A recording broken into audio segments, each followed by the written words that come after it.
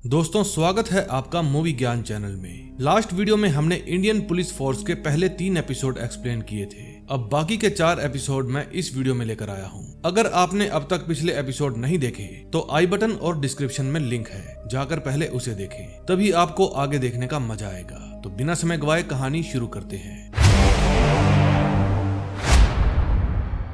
4th episode में हम देखते हैं कबीर विक्रम बख्शी की वाइफ को मिलने जाता है। उसकी वाइफ बताती है कि विक्रम के बिना न वक्त कट रहा है न जिंदगी। फिर कबीर अपनी भाभी को हौसला देता है और कहता है कि आयुष के साथ साथ हम सब भी तो हैं। फिर वो पूछती है कि तुम्हारी जॉब कैसे चल रही है। कबीर कहता है 9 से 5 हाउसिंग डिपार्टमेंट में ड्यूटी अच्छी चल रही है। डीसीपी से सीधा क्लर्क बन गया हूँ। अब मेरे सब काम टाइम पर होते हैं। जब टाइम पर घर जाता हूँ माँ भी बहुत खुश होती है। कबीर की बातों से लग रहा था इस जॉब से कबीर खुश नहीं था। अब इस बात को 1 साल बीत जाता है। अब चूहा बिल से निकलकर जयपुर पहुंच गया था, यानी हैदर का अगला निशाना जयपुर था। वो टूरिस्ट बनकर जयपुर की अलग अलग जगह एक्सप्लोर कर रहा था। एक्सप्लोर तो एक बहाना था, दरअसल वो तो ये देख रहा था कि किस किस जगह पर भीड़ ज्यादा होती है। तभी एक अननोन नंबर से हैदर के पास रफीक का फोन आता है। वो कहता है कि अब की बार थोड़ा संभल कर रहना। हैदर कहता है आप फिक्र मत कीजिए, हर बार की तरह इस बार भी रिजल्ट अच्छा ही आएगा। फिर रफीक पूछता है कि क्या तुम्हारी नफीसा से अब भी बात होती है।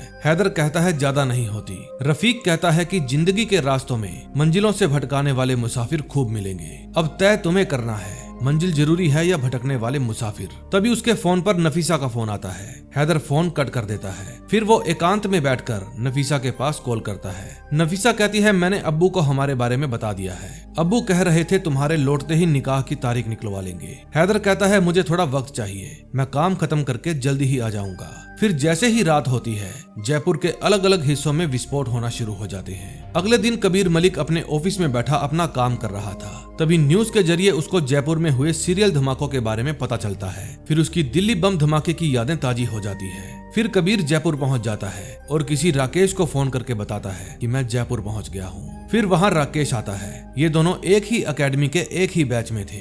राकेश बताता है कि बम धमाकों को 15 दिन हो गए हैं, लेकिन अभी तक एक भी एविडेंस नहीं मिला। मेरे सिर पर पॉलिटिकल प्रेशर भी बना हुआ है, समझ नहीं आ रहा क्या करूं। कबीर कहता है मैं तुम्हारी हेल्प करने के लिए ही यहाँ आया हूँ। अगर ये उसी मास्टरमाइंड का काम है तो हम उसे जरूर पकड़ लेंगे। अपने आखिरी मिशन के बाद हैदर नफीसा के साथ निकाह कर लेता है। फिर वो नफीसा को अपने साथ दरभंगा ले जाता है। वो नफीसा को कहता है मैं तुमको यहाँ से बहुत दूर ले जाऊंगा, वहाँ हमारी लाइफ यहाँ से बेहतर होगी। दूसरी तरफ कबीर और राकेश बम धमाके वाले केस को बारीकी से स्टडी कर रहे थे। अब इस मामले को कई महीने बीत जाते हैं। एक दिन कमिश्नर साहब कबीर के पास फोन करते हैं और उसको कहते हैं कि तुम पिछले 6 महीनों में कई बार जयपुर जा चुके हो। तुम जो कर रहे हो उस वजह से तुम्हारे ऊपर सीरियस चार्जेस लग सकते हैं। मैं तुम्हें अपनी फैमिली की तरह समझता हूँ, इसलिए मैंने ये बात अभी तक किसी को नहीं बताई। अब कबीर उसी जगह पर पहुंच जाता है जहां से खड़ा होकर हैदर जयपुर को जलते हुए देख रहा था। फिर कबीर दिल्ली वापस आकर कमिश्नर साहब से मिलता है और कहता है कि प्रोटोकॉल तोड़ने के लिए माफी चाहता हूँ। मेरी स्टडी से पता चला है ये काम जरार का है। उसने दिल्ली के बाद जयपुर को अपना निशाना बनाया। अब वो अपना अगला टारगेट ढूंढ रहा होगा। अगले सीन में हम देखते हैं कि नाइजा दरभंगा में हैदर से मिलने जाती है। फिर हैदर उसको कहता है आपको यहाँ नहीं आना चाहिए था, इन सब लोगों के लिए मैं जरार नहीं हैदर हूँ। फिर नाइजा उसकी बात रफीक से करवाती है। रफीक कहता है तुम नए मिशन की तैयारी करो। हैदर कहता है आप मुझे ईरान बुला लो, वहाँ आकर मैं अपने जैसे 100 जरार खड़े कर दूंगा। रफीक कहता है ये तुम्हारा आखिरी इम्तिहान है, और हाँ रिश्ते इंसान को कमजोर बनाते हैं, निकाह मुबारक हो। फोन काट के हैदर नाइजा से पूछता है अगला टारगेट क्या है। वो कहती है गोवा। इस बार सईद भाई भी तुम्हारे साथ होंगे, ये आदमी तुम्हारी हेल्प करेगा। तभी कमिश्नर साहब कबीर को मिलने बुलाते हैं और कहते हैं कि मिनिस्ट्री आईएम से मुकाबला करने के लिए एक नई टास्क फोर्स बना रही है। मैं तुमको वहाँ भेज रहा हूँ। मैं जानता हूँ इस केस को तुमसे अच्छा कोई नहीं समझता।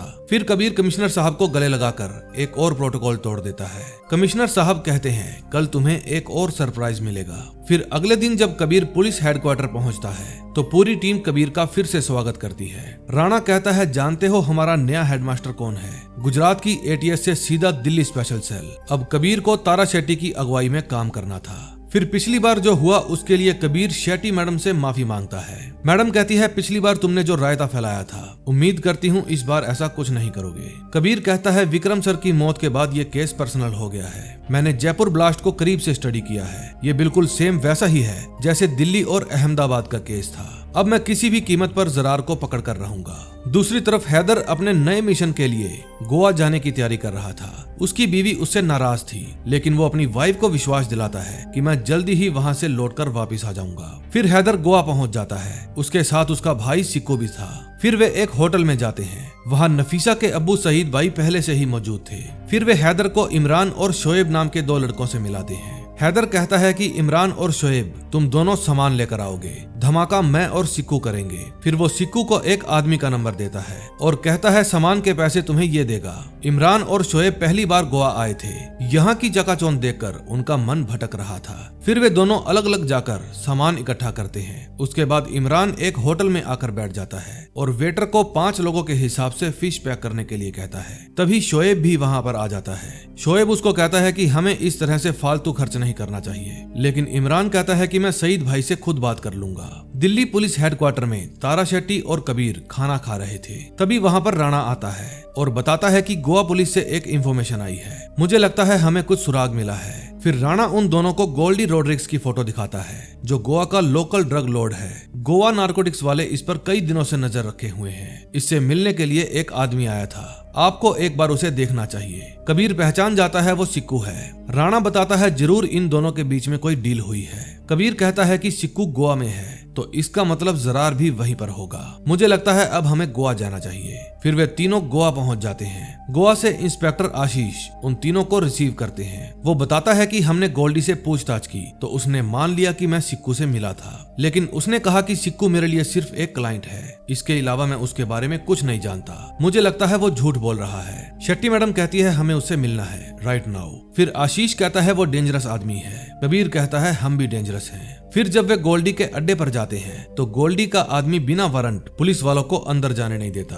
फिर कबीर, राणा और शेट्टी मैडम कार में बैठ जाते हैं। फिर कबीर गाड़ी को पीछे ले जाकर तेज भगा कर लाता है और दरवाजा तोड़ के कार को बिल्डिंग के अंदर ही ले जाता है। आवाज सुनकर वहाँ पर गोल्डी आ जाता है। कबीर कहता है तुम कुछ दिन पहले सिक्को नाम के लड़के से मिले थे, जिसका दिल्ली बॉम्ब ब्लास्ट में हाथ था। उसके बारे में ही तुमसे बात करनी है। गोल्डी कहता है मुझे ले जाने के लिए दिल्ली से 3 ही ऑफिसर आए हो। गोवा का समुद्र देखा है कितना बड़ा है, पता भी नहीं चलेगा तुम्हारी लाशें बहकर कहाँ चली गई। फिर गोल्डी के आदमी उन तीनों को मारने की कोशिश करते हैं, लेकिन दिल्ली पुलिस के ये तीनों जवान गोल्डी के आदमियों को बुरी तरह से पीटते हैं। भीम जैसा दिखने वाला राणा गोल्डी के आदमियों को उठा उठा कर पटकता है। गोल्डी वहां से भाग जाता है और कबीर उसका पीछा करता है। गोल्डी क्रूज में बैठकर वहां से जाने लगता है। कबीर उसका पीछा करते हुए उसके क्रूज पर चढ़ जाता है। क्रूज में वो गोल्डी के सभी आदमियों को बिना साबुन के धोता है। फिर उसका सामना गोल्डी से होता है। गोल्डी उसको मारने ही वाला था, लेकिन कबीर अपना सारा गुस्सा उस पर निकाल देता है और पीट पीट कर उसको अपने काबू में कर लेता है। फिर जब शेट्टी मैडम वहां पर आती है तो कबीर बताता है कि इसने उसको 10 लाख रुपए दिए थे,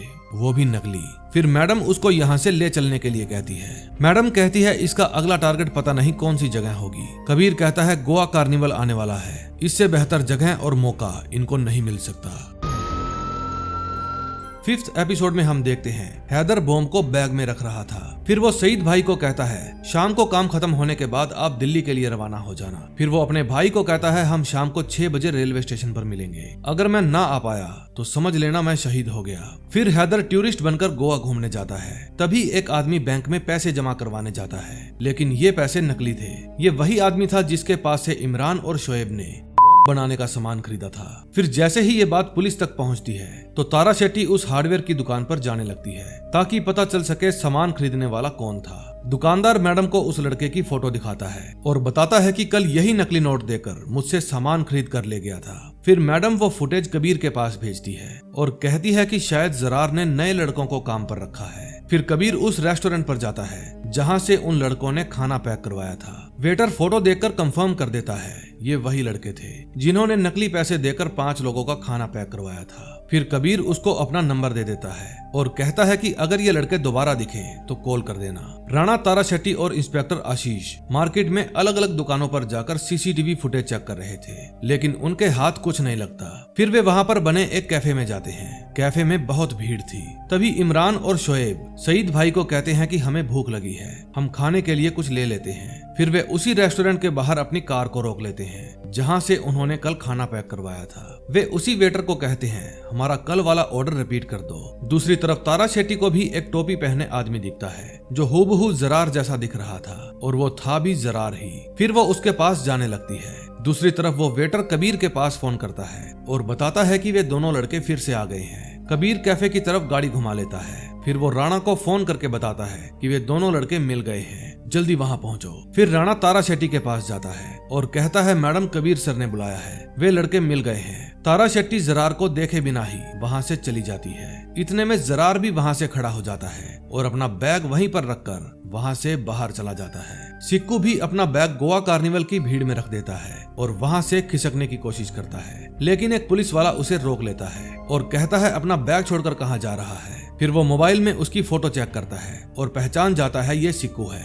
दूसरी तरफ तारा शेट्टी जब उस कैफे से बाहर निकलती है तो पीछे पीछे जरार भी कैफे से बाहर आ जाता है। मैडम जैसे ही अपनी कार के पास पहुंचती है उस कैफे में ब्लास्ट हो जाता है। फिर जैसे ही मैम कैफे की तरफ जाने लगती है आशीष के पास फोन आता है कि सिक्कू पकड़ा गया। फिर मैडम कहती है मैं उसके पास जा रही हूँ, तुम बचाव दल को बुलाओ। दूसरी तरफ जब कबीर रेस्टोरेंट पहुंचता है तो सईद भाई देखते हैं कि अब इमरान और शोएब पकड़े जाएंगे। फिर वो कबीर को गोली मारने की कोशिश करता है, लेकिन वो गोली किसी दूसरे पुलिस वाले को लग जाती है। फिर वो इमरान और शोएब को आवाज लगाकर वहां से भागने के लिए कहता है। वे दोनों वहां से भाग जाते हैं। तभी कबीर सईद भाई को ठोक देता है। फिर वो इमरान और शोएब का पीछा करता है। वे दोनों अपनी जान बचाकर भाग रहे थे, लेकिन आगे जाकर रास्ता बंद हो जाता है। फिर कबीर उन दोनों को पकड़ लेता है। दूसरी तरफ जब राणा और तारा शेट्टी कार्निवल पहुंचते हैं तो सिक्कू उनको देखकर वहां से भागने की कोशिश करता है। राणा वहां पर पड़ा बैग उठाता है और पास में ही समुद्र की तरफ भागने लगता है। फिर वो उस बैग को समुद्र में फेंक देता है और बैग के फेंकते ही वहां पर विस्फोट हो जाता है। सिक्कू भी जब पुलिस वालों से बचकर भाग रहा था और सड़क क्रॉस कर रहा था तब एक गाड़ी आकर उसे ठोक देती है। अब 6 बजने वाले थे। जरार अपने भाई सिक्कू का रेलवे स्टेशन पर इंतजार कर रहा था, लेकिन वो आता कैसे, वो तो एक्सीडेंट में मर चुका था। फिर वहां ट्रेन आ जाती है। जरार की नजरें अभी भी अपने भाई को ही ढूंढ रही थी। फिर जरार ट्रेन में बैठ जाता है और ट्रेन वहां से रवाना हो जाती है। जब वो ट्रेन से नीचे उतरने की कोशिश करता है तो नाइजा उसे रोक लेती है और बताती है कि अब वो नहीं रहा। अपने भाई की मौत का तो साले को बहुत दुख होता है। कबीर उन दोनों लड़कों को उस होटल में ले जाता है जहां वे पिछले कई दिनों से रह रहे थे। पूछने पर शोएब बताता है कि हम सईद भाई के गैराज में काम मांगने गए थे। उन्होंने नौकरी तो दी नहीं, लेकिन ये काम दे दिया। पैसों के लालच में हम मान गए। फिर कबीर राणा को कहता है सईद के गैराज और घर में एक यूनिट भेजो, जो भी वहां मिले उसे उठा लो। फिर जब पुलिस वाले सईद भाई के घर जाते हैं तो वहां उन्हें उनकी वाइफ मिलती है। फिर पुलिस वाले उसे ही उठा लेते हैं। तभी हम देखते हैं कि एक इत्र बेचने वाला आदमी टीवी पर न्यूज सुनता है। गोवा पुलिस से भागते हुए एक टेररिस्ट ने अपनी जान गंवा दी। दिल्ली, अहमदाबाद, जयपुर और गोवा में हुए बम धमाकों में इसी टेररिस्ट का हाथ था। ये न्यूज सुनकर उस आदमी को दुख होता है। फिर वो अपना फोन उठाता है और पुलिस स्टेशन फोन करके बताता है कि गोवा में जो टेररिस्ट मरा है वो मेरा बेटा है। इसका मतलब सिक्कू इसका बेटा था और जरार इसका भतीजा। तभी कबीर की माँ उसके पास फोन करती है और कहती है कि मैंने टीवी में देखा, जो हुआ बहुत बुरा हुआ। कबीर कहता है कि जब मेरे अब्बू गुजरे तब मैं 22 साल का था। चाहता तो मैं भी गलत रास्ते पर चल सकता था। पता नहीं ये बच्चे मजहब के नाम से कैसे गलत रास्ते पर निकल पड़ते हैं। तभी राणा आकर बताता है कि कानपुर से सिक्कू के माँ बाप आए हैं। वे दोनों अपने बच्चे की बॉडी देखकर बहुत रोते हैं। इन दोनों को तो ये भी नहीं पता था इनका बेटा किस रास्ते पर निकल गया था। कबीर राणा को सारी फॉर्मेलिटीज जल्दी से क्लियर करने को कहता है ताकि ये सिक्कू की बॉडी को ले जा सके, लेकिन सिक्कू की माँ कहती है कोई जरूरत नहीं, इसने हमारे खून हमारे देश के साथ गद्दारी की है, इससे हमारा कोई वास्ता नहीं है। साहब ये रफीक जैसे शैतान हैं जो हमारे बच्चों को गलत राह पर ले जाते हैं और बाद में उनका ये हश्र होता है। दोस्तों, जंग में खून किसी का भी बहे, आंसू तो माँ बाप के ही बहते हैं। दूसरी तरफ तारा शेट्टी सईद की वाइफ से पूछताछ करती है और कहती है बता कहाँ है तेरा दामाद। वो बताती है कि निकाह के बाद वो मेरी बेटी को दरभंगा ले गया। अब देखते हैं नेक्स्ट एपिसोड में क्या होता है। 6th एपिसोड में हम देखते हैं कबीर अपनी टीम को लेकर बिहार के दरभंगा में पहुंच जाता है। वहां वो हैदर के घर जाता है। घर में उस समय उसकी वाइफ नफीसा थी। नफीसा पूछती है कौन हो आप लोग और कहाँ घुसे आ रहे हो। कबीर कहता है फालतू बात का वक्त नहीं है मेरे पास, मुझे ये बताओ कि जरार कहाँ है। नफीसा कहती है ये मेरे पति हैदर का घर है। कबीर कहता है ठीक है, वो जो भी है इस वक्त है कहाँ। नफीसा कहती है कि इस समय वो चेन्नई गए हैं इत्र बेचने। कबीर कहता है कि वो तुम्हें बेवकूफ बना रहा है, असली नाम भी जानती हो उसका, ना जाने कितनों की जान ली है उसने, लोगों को अपनों की लाशें तक नसीब नहीं हुई तुम्हारे पति की वजह से। नफीसा कहती है आपको जरूर कोई गलतफहमी हुई है, हैदर तो चेन्नई गया है। कबीर कहता है जरार नाम है उसका, वो तुम्हारे अब्बू के साथ गोवा में था। फिर वो नफीसा की बात उसकी माँ से करवाता है। वो बताती है कि तुम्हारे अब्बू को पुलिस वालों ने गोली मार दी है, ये कहकर कि वो आतंकवादी थे। ये बात सुनकर नफीसा लट्टम लोरी हो जाती है। अगले सीन में हम सलामत नाम के एक लड़के को देखते हैं जो कि वेस्ट बंगाल के सुंदरबंस में घूम रहा था। फिर वो एक घर के अंदर जाता है और कहता है कि मेरा नाम सलामत है, यहाँ से बॉर्डर पार करवाने का जिम्मा मेरा, उसके बाद तुम्हारे साथ जो भी हो वो तुम जानो। फिर वो जरार को पानी की बोतल देता है और कहता है रास्ता लंबा है। फिर सलामत जंगलों से होता हुआ जरार को बांग्लादेश के बॉर्डर तक ले जाने लगता है। रास्ते में जरार पूछता है कहाँ के रहने वाले हो। सलामत कहता है मेरा एक ही असूल है, ना पूछो ना बताओ। जरार कहता है लेकिन मेरे बारे में तो तुम सब कुछ जानते हो। सलामत कहता है आपके बारे में कौन नहीं जानता। फिर जरार उससे पूछता है क्या तुम्हें इस लड़ाई में दिलचस्पी नहीं है जो मैं लड़ रहा हूँ। सलामत कहता है 9 साल की उम्र से अब तक मैं करीब 85 लोगों को बॉर्डर पार करवा चुका हूँ, बिना ये जाने वो अच्छे हैं या बुरे। कोई घर से भाग कर जा रहा था तो कोई अपने घर जा रहा था। एक बात बोलूं भाईजान, ये ऊपर वाले के नाम पर दुहाई देने वाले अक्सर भटकाने वाले लोग होते हैं, इन पर भरोसा मत किया कीजिए। हम बंजारे हैं, भटकने का हुनर खूब जानते हैं। फिर वे जंगल से होते हुए एक आदमी के पास पहुंचते हैं। वो एक भारतीय किसान था जिसकी यहाँ पर जमीन थी। सलामत बताता है कि इनके खेत से एक सुरंग निकलती है जो हमें बॉर्डर के दूसरी तरफ ले जाएगी। वहाँ से निकलने में इनका भाई हमारी हेल्प करेगा। जरार पूछता है भाई कैसे? सलामत कहता है कि जब 2 मुल्कों के बीच में लकीर खींचती है तो सबसे पहले एक खानदान बिखरता है। फिर वे सुरंग के अंदर उतर जाते हैं। वो किसान बाहर से सुरंग बंद करके उसके ऊपर घास फूस डाल देता है। फिर वो चलते चलते सुरंग के दूसरे कोने पर पहुंच जाते हैं। फिर वे दोनों वहां से बाहर आ जाते हैं। सलामत कहता है वो रहे रफीक भाई, अगर कभी घर लौटने का मन कर जाए तो सलामत को याद कर लेना। फिर जरार जाकर रफीक भाई के गले लगता है। रफीक उसको चलने के लिए कहता है लेकिन जरार कहता है नफीसा के बिना नहीं जाऊंगा। रफीक कहता है कि इस समय नफीसा पुलिस की हिरासत में है। शोएब, इमरान, सिक्कू, सईद, इन सब के साथ क्या हुआ तू अच्छे से जानता है। अब नफीसा हम दोनों के लिए खतरा बन सकती है। फिर वो रफीक को कहता है ना मैंने आपको यहाँ आने के लिए कहा और ना ही मैं आपको यहाँ से जाने के लिए रोकूंगा। फिर वो जाकर गाड़ी में बैठ जाता है। दूसरी तरफ कबीर बलविंदर सिंह को कहता है डिस्ट्रिक्ट मजिस्ट्रेट के साइन लेकर आओ, नफीसा को दिल्ली लेकर जाना है। तभी वहाँ पर तारा शेट्टी आ जाती है। कबीर उसको बताता है कि नफीसा प्रेग्नेंट है, 2-3 घंटे में उसको छुट्टी मिल जाएगी, फिर हम उसे दिल्ली लेकर जा सकते हैं, वो इनोसेंट है। तभी वहाँ पर नाइजा आती है जो नर्स के भेष में थी। उसे नर्स समझकर हवलदार उसे नफीसा के पास जाने देता है। फिर वो नफीसा की बात हैदर से करवाती है। नफीसा बताती है कि मैं प्रेग्नेंट हूँ। हैदर कहता है मैं तुम्हें कुछ नहीं होने दूंगा, बस नाइजा जैसा कहती है वैसा करो। नफीसा पूछती है क्या वो सारे ब्लास्ट तुमने करवाए थे? हैदर कहता है ब्लास्ट के लिए जो जिम्मेदार है पुलिस वाले उसे पकड़ नहीं पा रहे, इसलिए वो हम जैसे लोगों पर इल्जाम डाल रहे हैं। अगर मैं वहाँ से नहीं भागता तो पुलिस वाले तुम्हारे अब्बू के जैसे मुझे भी गोली मार देते। अगर तुम वहाँ से ना निकली तो ये लोग तुम्हें भी जेल में डाल देंगे, बस तुम इसी वक्त वहाँ से निकलो। फिर नाइजा दरवाजा खोलती है और हवलदार को अंदर बुलाती है। फिर जैसे ही हवलदार अंदर आकर काम पूछता है, नाइजा उसका गला पकड़ लेती है और इतना टाइट दबाती है वो बेचारा अपनी जान से हाथ धो बैठता है। फिर वो नाइजा को बुर्का पहनाकर वहाँ से ले जाने लगती है। तभी 2 हवलदार उनको पहचान लेते हैं और उनको रुकने के लिए कहते हैं, लेकिन तभी वहाँ पर बैठा हुआ पेशेंट उठता है और दोनों हवलदार को गोली मार देता है। फिर गोली की आवाज सुनकर शेट्टी और कबीर दोनों हॉस्पिटल के अंदर भागते हैं। फिर हॉस्पिटल के अंदर फायरिंग शुरू हो जाती है। नाइजा नफीसा को कहती है हॉस्पिटल के दूसरी तरफ एक लाल रंग की गाड़ी खड़ी है, तुम जाकर उसमें बैठो। फिर नफीसा वहाँ से भाग जाती है। तभी तारा शेट्टी कबीर को कवर करती है और कबीर भी वहाँ से भाग जाता है। फिर तारा शेट्टी नाइजा का भेजा उड़ा देती है। फिर पूरे हॉस्पिटल में पुलिस वाले नफीसा को ढूंढते हैं। नफीसा एक रूम में छिप जाती है। तभी वो टीवी में न्यूज सुनती है जिसमें बताया जा रहा था कि जरार ने भारत के अलग अलग शहरों में बम धमाके करवाए। सिक्कू के अब्बू कहते हैं वे दोनों लड़के टेररिस्ट थे और टेररिस्ट किसी के बेटे नहीं होते। अब नफीसा को विश्वास हो जाता है कि उसका शोहर सच में ही आतंकवादी है। फिर वो खुद कबीर के पास जाती है और कहती है कि मैं नहीं जानती थी वो टेररिस्ट है। आपका कानून मुझे जो भी सजा देगा मैं भुगतने के लिए तैयार हूँ। हैदर इस समय ढाका में मेरा इंतजार कर रहा है और परसों सुबह वो 9 बजे ढाका स्टेशन पर मुझे लेने आएगा। फिर वो हॉस्पिटल के बाहर खड़ी लाल गाड़ी को भी पकड़वा देती है। फिर कबीर तारा शेट्टी को ढाका जाने के लिए कहता है। तारा शेट्टी कहती है कि रो को इन्वॉल्व किए बिना ये काम पॉसिबल नहीं है और होम मिनिस्ट्री इसकी परमिशन बिल्कुल नहीं देगी। कबीर कहता है कि अगर विक्रम सर होते तो क्या करते। तारा शेट्टी कहती है तू खुद भी मरेगा और मुझे भी मरवाएगा। फिर वो रो हेडक्वार्टर्स में फोन करती है और श्रीनिवास सर से बात करती है। फिर कमिश्नर साहब तारा शेट्टी के पास फोन करते हैं और कहते हैं श्रीनिवास के साथ मैं भी वहां पहुंच रहा हूं। फिर वे दरभंगा एयर स्ट्रिप पर पहुंच जाते हैं। उनके साथ वो ड्राइवर भी था जो उन्होंने लाल गाड़ी में पकड़ा था। तभी उसके फोन पर रफीक का फोन आता है। रफीक पूछता है कहां पर पहुंचे।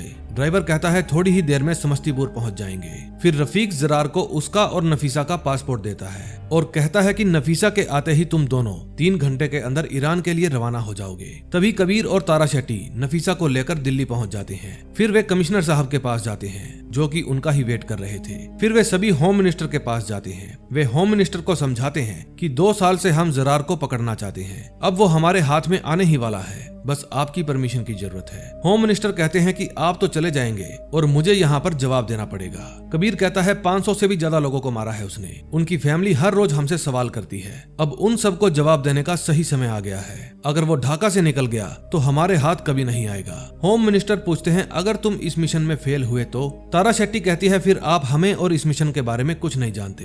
फिर होम मिनिस्टर आगे का प्लान पूछते हैं। श्रीनिवास बताता है कि प्लान ये है, हम जरार को ढाका के रेलवे स्टेशन से उठाएंगे। होम मिनिस्टर पूछते हैं ढाका में हमारा कोई एसेट। श्रीनिवास कहता है सर है एक सिरफिरा। फिर होम मिनिस्टर कहते हैं ऑल द बेस्ट, याद रहे हमारी ये मीटिंग कभी हुई ही नहीं। फिर कमिश्नर साहब कबीर को कहते हैं कि तुम और राणा ढाका के लिए निकलो, ढाका में रो का एसेट तुम लोगों को वेपन सप्लाई करेगा। फिर वो कबीर को कहते हैं कि कुछ भी हो जाए तुम जिंदा लौट कर आना, विक्रम के बाद अब हम किसी को भी खोना नहीं चाहते। श्रीनिवास कहता है कबीर हमारा एसेट ढाका में तुम्हें रिसीव करने आ जाएगा। कबीर पूछता है आखिर ये एसेट है कौन। तारा शेट्टी बताती है कि आईपीएस की ट्रेनिंग के दौरान हम 3 थे, मैं, विक्रम और जगताप। यही बात एक बार विक्रम बख्शी ने भी कबीर को बताई थी। अब लास्ट एपिसोड में आपको पता चलेगा कि आखिर ये जगताप है कौन।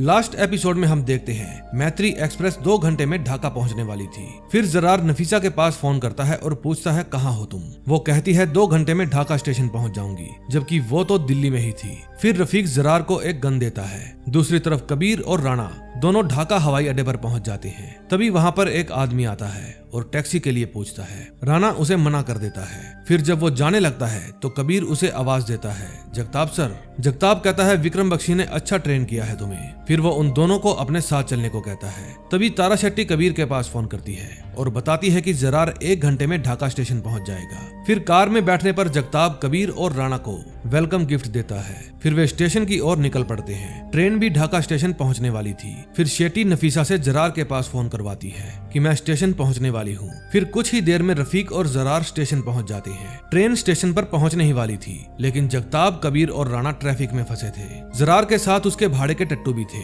तभी ट्रेन ढाका स्टेशन पर पहुंच जाती है। जरार ट्रेन के अंदर जाता है और नफीसा की तलाश करता है। जब उसे नफीसा नहीं मिलती तो वो ट्रेन के दूसरे डिब्बों में जाकर नफीसा की तलाश करता है, लेकिन उसे नफीसा नहीं मिलती। फिर वो अपना फोन निकालकर नफीसा के पास फोन मिलाने लगता है, लेकिन तभी उसकी नजर कबीर पर पड़ जाती है। तभी वहाँ राणा और जगताप भी आ जाते हैं। फिर जरार अपनी गन निकालता है। कबीर, राणा और जगताप ये तीनों भी अपनी गन निकाल लेते हैं। उनको देखकर वहाँ पर भगदड़ मच जाती है। जरार ट्रेन में घुस जाता है। तभी वहाँ जरार के भाड़े के टट्टू भी आ जाते हैं। फिर उन सब में फायरिंग होने लगती है। तभी रफीक के पास उसके उस्ताद का फोन आता है कि हिंदुस्तान से नफीसा नहीं बल्कि पुलिस आई है। फिर रफीक अंदर जाता है और जरार को बताता है कि नफीसा नहीं आई, तुम्हें लेने पुलिस आई है, तू भाग यहाँ से, मैं संभाल लूंगा। फिर जरार वहाँ से भाग जाता है। जगताप कबीर को कहता है तू जरार के पीछे जा, इधर मैं देख लूंगा। फिर रफीक और जगताप दोनों में गोलीबारी होने लगती है। तभी वहाँ पर बांग्लादेशी आर्मी भी आ जाती है। जगताप राणा को कहता है चल निकल यहाँ से। स्टेशन के बाहर जरार कार में बैठकर भागने लगता है। कबीर उस पर गोलियां चलाकर उसे रोकने की कोशिश करता है, लेकिन जब उसकी गोलियां खत्म हो जाती है तो वो भी कार लेकर जरार का पीछा करता है। जरार को जहां भी रास्ता मिलता है वो वहीं पर गाड़ी घुसा देता है। कबीर काफी देर तक उसका पीछा करता है। फिर एक जगह बस पलट जाती है। जरार निकल जाता है और कबीर वहीं पर फंस जाता है। फिर कबीर दूसरे रास्ते से उसके सामने पहुंच जाता है और फिर उन दोनों में टक्कर हो जाती है। दोनों की ही गाड़ियां पलट जाती है। फिर जरार अपनी कार से निकलकर मार्केट में भाग जाता है। कबीर वहाँ भी उसका पीछा करता है। आगे जाकर मार्केट का दरवाजा बंद था। फिर जरार उस बिल्डिंग के ऊपर जाने लगता है। तभी कबीर उसको पकड़ लेता है और उन दोनों में हाथापाई होने लगती है। उन दोनों की फाइट काफी देर तक चलती है। फिर कबीर उसकी गर्दन को जकड़ लेता है। जरार अपने आप को छुड़वाने की बहुत कोशिश करता है, लेकिन छुड़वा नहीं पाता। फिर कबीर उसको अधमरा करके खुद ही छोड़ देता है और बाल्टी लेकर उसे पीटने लगता है। वो उसको मारने ही वाला था, तभी वहाँ पर जगताप और राणा आ जाते हैं। वे कबीर को हटाते हैं और जरार को खड़ा करते हैं। फिर जगताप उसे पकड़कर गाड़ी में डालता है। फिर पुलिस के आने से पहले ही वे वहाँ से निकल जाते हैं। अब ये बात बांग्लादेश मिनिस्ट्री में भी पहुँच जाती है। एक ऑफिसर मिनिस्टर को बताता है कि ये जरार है, इंडियाज मोस्ट वांटेड टेररिस्ट, और ये लोग इंडियन इंटेलिजेंस यूनिट से हैं, जो आज सुबह ही ढाका एयरपोर्ट पर पहुंचे। मैं मानता हूं ये उनका खुफिया मिशन था, लेकिन उन्होंने हमें इस मिशन की कोई भी जानकारी नहीं दी। आप हमें सभी बॉर्डर्स चुकन्ना करने की परमिशन दें। वे अभी तक बांग्लादेश से बाहर नहीं गए होंगे। मिनिस्टर कहती है चाहे कुछ भी हो जाए, ये लोग बॉर्डर क्रॉस नहीं करने चाहिए। उस टेररिस्ट को पकड़ने का क्रेडिट बांग्लादेश इंटेलिजेंस को ही मिलना चाहिए। जगताप उस टेररिस्ट और अपने साथियों को लेकर रा के सेफ हाउस में चला गया था। फिर जगताप अपने बॉस श्रीनिवास के पास फोन करता है और बताता है कि हम सेफ हाउस में हैं। आज हमारे कारण जो ढाका में रायता फैला है, उसके कारण बांग्लादेश इंटेलिजेंस हम सभी को ढूंढ रही होगी। अब हमारे पास एक ही ऑप्शन बची है, इलीगल बॉर्डर क्रॉस करने की। श्रीनिवास कहता है कि मैं डिफेंस मिनिस्टर से बात करके बताता हूँ। फिर राणा कबीर को जाकर बताता है कि हमें बॉर्डर क्रॉस करके इंडिया जाना होगा। जरार कहता है कि वहाँ पर ले जाकर भी तो यही पूछोगे ना कि ये सब मैंने किया या नहीं। फिर मैं कहूँगा हाँ मैंने ही किया। फिर तुम लोग पूछोगे कैसे किया, लेकिन उस सब का अंदाजा तो आप सबको हो ही गया होगा।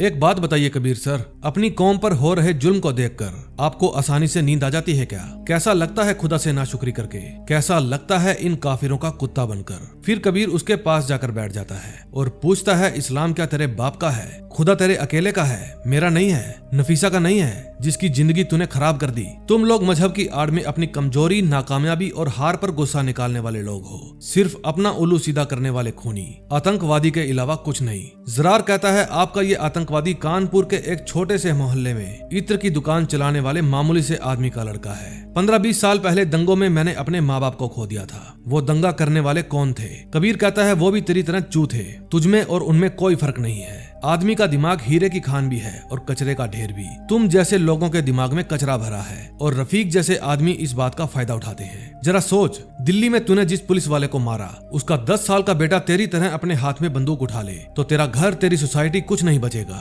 तभी जगताप के पास श्रीनिवास का फोन आता है। वो बताता है कि मेरी मिनिस्ट्री से बात हो गई है, तुम्हें भूमरा लैंडपोर्ट बॉर्डर के गेट नंबर 5 से इंडिया में आना है। तुम्हारी सपोर्ट के लिए BSF वहाँ होगी। फिर जगताप कबीर को कहता है कि बांग्लादेश इंटेलिजेंस किसी भी वक्त यहाँ पर आती होगी, हमें अभी यहाँ से निकलना होगा। राणा पूछता है बॉर्डर कैसे पार करें? जगताप कहता है कि तुम्हें सच में लगता है ये बांग्लादेशी हमें अपने ही घर में घुसने से रोक पाएंगे? फिर जब वे वहाँ से निकलने लगते हैं तो उनके सामने बांग्लादेशी इंटेलिजेंस टीम आ जाती है। फिर जगताप गाड़ी को वहाँ से भगा कर ले जाता है। फिर वे सभी इनका पीछा करते हैं। पकड़म पकड़ाई खेलते हुए वे ढाका से बाहर आ जाते हैं। फिर जगताप पीछा कर रही कार में फोन करता है। हुसैन बाबू, एक अच्छे पड़ोसी की हैसियत से एडवाइस दे रहा हूँ, आगे बॉर्डर है, क्रॉस मत करना वरना बेवजह मारे जाओगे। अगर कोशिश करना है तो कर लो। फिर जगताप खेतों की तरफ गाड़ी घुमा लेता है। बांग्लादेशी कोप भी उसके पीछे पीछे गाड़ी घुमा लेते हैं। तभी गेट नंबर 5 पर ड्यूटी दे रहे भारतीय जवान प्रमोद जाट के पास ऊपर से फोन आता है कि बॉर्डर के दरवाजे खोल दो। फिर वो इंडिया की तरफ बने हुए दरवाजे खुलवा देता है। तभी वहाँ जगताप गाड़ी भगा कर लाता है और बांग्लादेशी बॉर्डर का गेट तोड़कर इंडिया में प्रवेश कर जाता है। फिर वो बांग्लादेशी इंटेलिजेंसी को बाय बाय करता है। कबीर जरार को कहता है वेलकम टू इंडिया।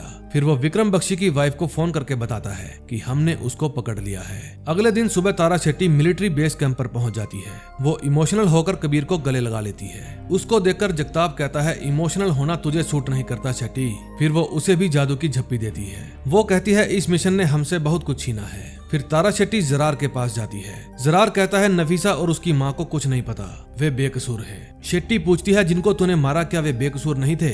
फिर वो जरार को नफीसा से बात करने को कहती है। नफीसा पूछती है कौन बोल रहा है, हैदर या जरार? जरार कहता है तुम नहीं समझोगी। नफीसा कहती है तुमने जिस देश में खाया उसी की मिट्टी के साथ गद्दारी कर दी। इस मिट्टी को नमाज पढ़ते समय 5 बार चूमते हो तुम। मेरे इस्लाम को तुम जैसे दहशतगर्दों की कोई जरूरत नहीं। क्या कभी कुरान पढ़ी है तुमने? अगर पढ़ी होती तो जानते कि एक सच्चा मुसलमान अपने देश से मोहब्बत करता है, वफादारी करता है। अगर एक सच्चे मुसलमान को देखना चाहते हो तो शायद वो तुम्हारे सामने ही खड़ा होगा, जो देश के लिए खुद मर मिटने को तैयार है। फिर जरार नफीसा से माफी मांगता है। नफीसा कहती है है कि तुम इस्लाम के लिए जंग जीतने चले थे ना, अब तुम्हारी सजा ये है, तुम्हारा बच्चा हमेशा एक टेररिस्ट की औलाद कहलाएगा। ये बात सुनकर जरार खूब रोता है। फिर बाहर जाकर राणा पूछता है अब हमें क्या करना है। कबीर कहता है कि जरार और सिक्कू ये तो प्यादे थे, असली गुनहगार तो वो है जो देश के भविष्य को देश का गद्दार बना रहा है। असली जंग जीतना तो अभी बाकी है। तभी जगताप के पास उसके खबरी का फोन आता है। वो बताता है कि रफीक को काठमांडू में देखा गया है। फिर जगताप कहता है कबीर तुमने सही कहा, अभी तो जंग की शुरुआत है, जंग जीतना अभी बाकी है। और इसी के साथ इस वेब सीरीज का एंड हो जाता है। दोस्तों मुझे लगता है इस वेब सीरीज का सेकंड सीजन जरूर आएगा। अगर आप उसे देखना चाहते हैं तो कमेंट में जरूर बताना।